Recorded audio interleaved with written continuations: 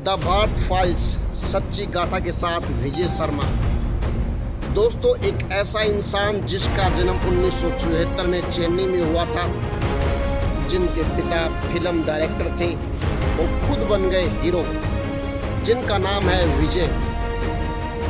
बच्चे बच्चे को इस नाम का मालूम है, साउथ का सुपरस्टार है, तमिल हीरो है। उस इंसान ने एक से बढ़कर एक इस देश को सुपर फिल्में भी दी, नाम कमाया, शोहरत कमाया, और सबसे बड़ी बात है कि बुजुर्गों की दया दुआ उनके साथ रही। दिसंबर 2024 में उस इंसान ने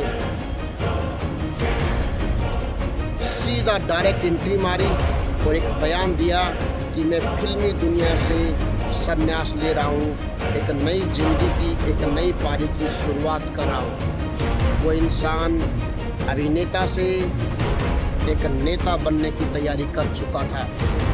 उसका नाम है विजय।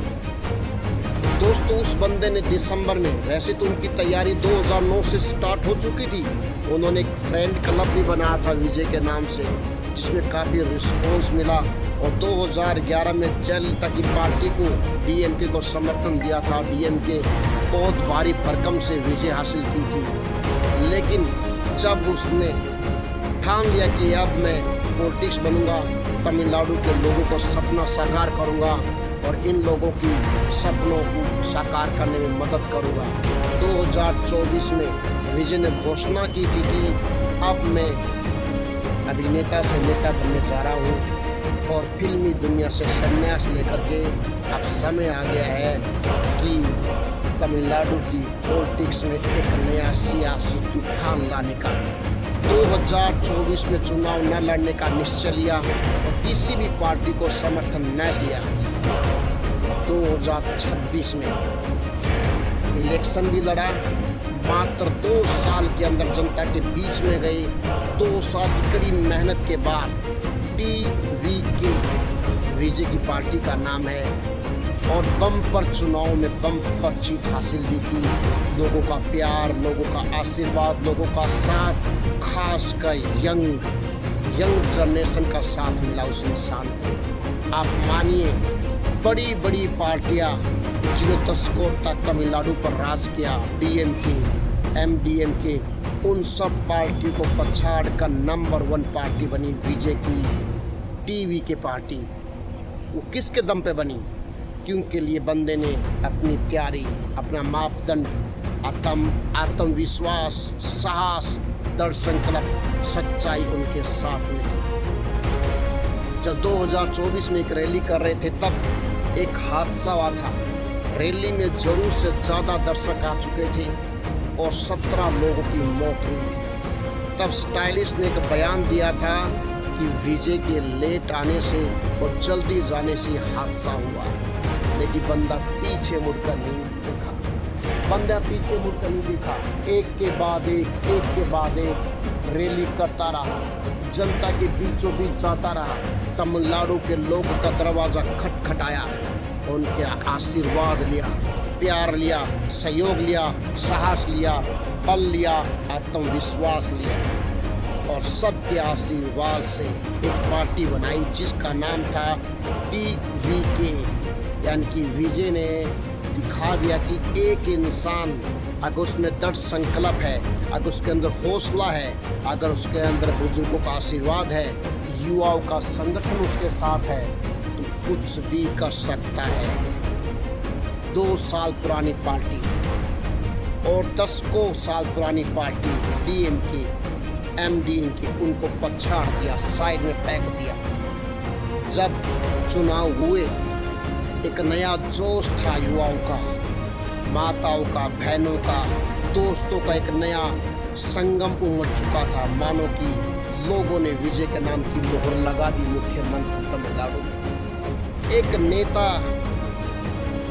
जो दशकों से मेहनत कर रहे थे, उनका पानी को फेर दिया। एक अभिनेता आता है, नेता बनता है, अपनी छवि को छोड़ता है, पूरे तमिलनाडु को एक आवाज़ देता है कि आप मुझे वोट दो, मैं तुमको तुम्हारे सपने साकार करके दिखाऊंगा। उस इंसान का नाम था विजय। तमिल हीरो सुपरस्टार विजय, जिसने अनेक फिल्मों से देश का नाम रोशन भी किया, तमिलनाडु तमिल भाषा का नाम रोशन किया और तमिलनाडु को एक नया आयाम दिया। जनता के आशीर्वाद से, युवाओं के साथ से और अपनों के प्यार से आखिर वो नेता बन चुका था। अब बारी थी चुनाव की। चुनाव में एक के बाद एक रैली कर बंदे ने दिखा दिया कि अकेला चना पहाड़ फोड़ सकता है। इस पे एक डायलॉग फिट बैठता है, खुद को करो इतना बुलंद कि तकदीर लिखने से पहले खुदा भी तुमसे पूछे, बता बंदे क्या है तेरी अर्जी।